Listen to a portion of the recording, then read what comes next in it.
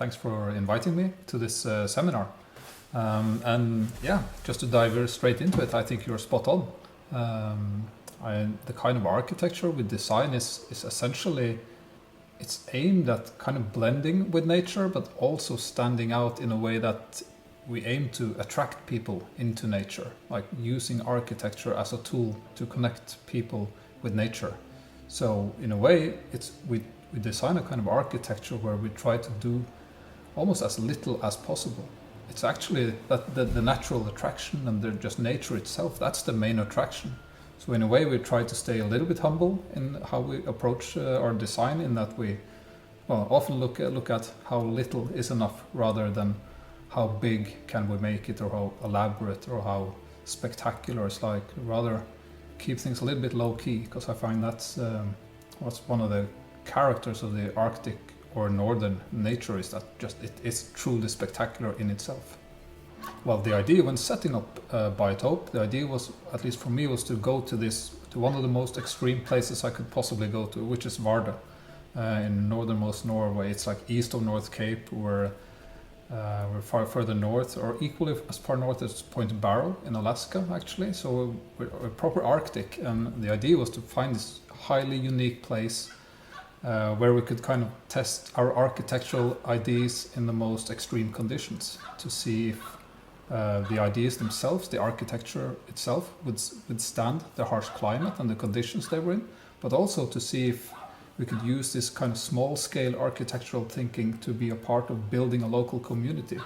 In that we wanted to invite more people to the Arctic and facilitate for experiencing the Arctic nature. And I truly believe that this kind of small-scale, fairly low-impact architecture has a role to play in that context. So yes, back to your question, I would definitely say, as long as you're in a windy, scenic, beautiful place, I would say our kind of thinking and architectural approach would make sense.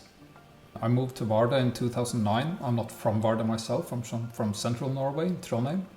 And so I'm kind of an outsider moving into Vardø. And I think the key point for me was actually being able to look at this place with different eyes, different perspectives. And you can see it when you look at our buildings. They're designed to be open and inviting. There are no doors on them. There are no like locks. There are no things you open and close after yourself. They're just truly open and inviting, and that's by design. And that was intended to be open and inviting equally for the local community, and not just the tourists and the visitors that we also wanted to attract to the region. So yeah, creating that feeling of welcoming feeling. I think that was a key thing. And again, equally for the local population, because I think a lot of the locals in Vardø, they hadn't realized how spectacular their local wildlife and bird life and just nature, how truly unique it is. And I think that's something you quite often see in many places. I mean, people just become home blind. I'm not sure if that's the proper English phrase, but I'm sure you get my meaning. Like, people simply forget to properly look at where they are, and that's kind of what we want to do, to help that in a way. Very good question, because I just want to slightly refer back to the sentiments we just heard about moving out of a bubble, because I very much recognize that, but maybe with a slight twist, in that for me the architecture scene is, I would say, very much in its own bubble. It's focused on urbanism. It's focused on very much drawing people to the bigger centers, to Oslo, to Bergen, to Trondheim, while I, during my architecture studies, decided I'm just going to have to leave the whole scene, because architects are not talking about nature, ecology, biology, like how we interact with nature, how we work with nature. And I was really missing that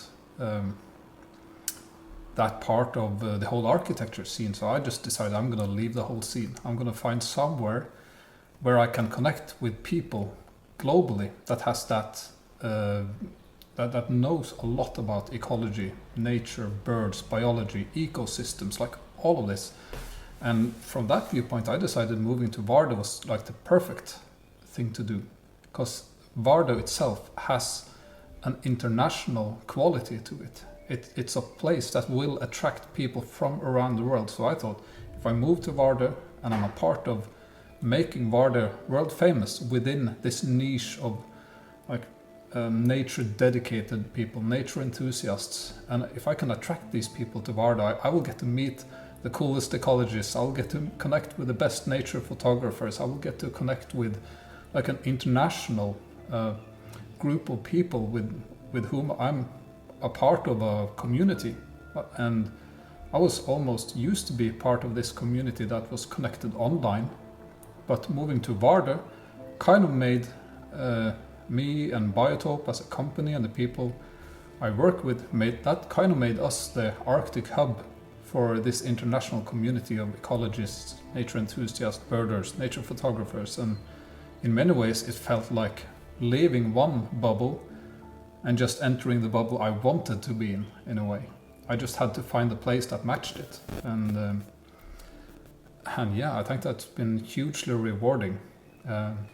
In terms of Scandinavianness, I try to bring my sense of Scandinavian architecture thinking and friluftsliv thinking. You mentioned the word friluftsliv, which kind of means the art of life outdoors. It's kind of just a sentiment as well as a set of skills or a set of ways to be outdoors.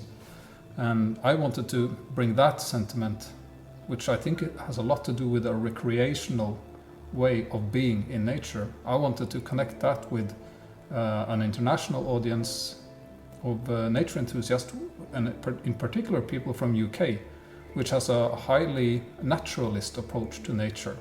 Like all the way from Charles Darwin to David Attenborough, there's a huge group of people in UK that has expert knowledge on birds and names and species and behaviors, but it's so much more of a naturalist approach. So I thought if I can somehow combine the naturalist approach of UK and even other places with this Norwegian sense of recreational nature approach, then maybe there's a great blend to make here.